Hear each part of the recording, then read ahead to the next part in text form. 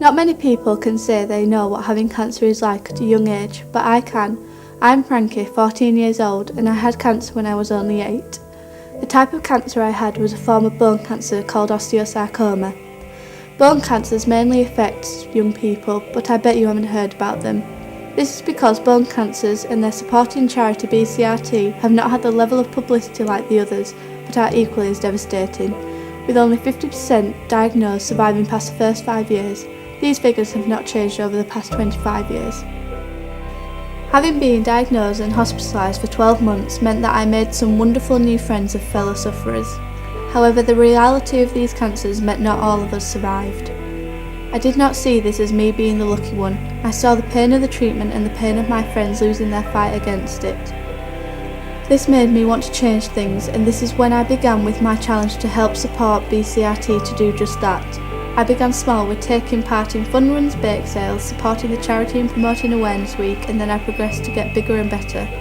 I set up my own charity baking business. I persuaded my school to support my charity for the full year and held event after event. I spoke out on TV, school assemblies and national conferences, all with the goal of raising awareness along with money to support the change that is so desperately needed for more survivors.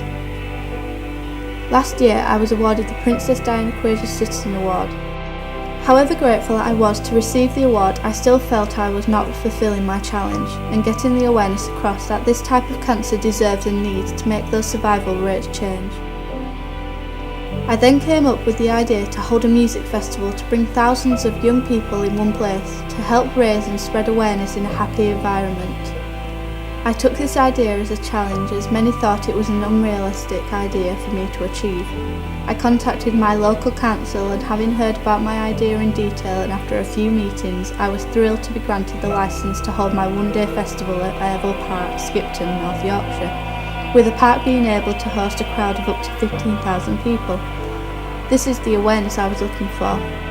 With the licence granted, I then had to find and put together a team of people with the experience and knowledge to help me produce the festival, of which I am proud to say I have also successfully accomplished.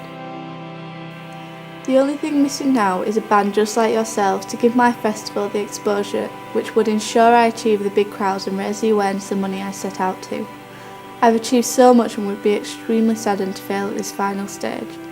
So I politely ask, beg, plead with you if you could please find it in your hearts and busy schedule to come and support me for this one day, so that Bfest, feel it in your bones, will be a great success and raise vital awareness.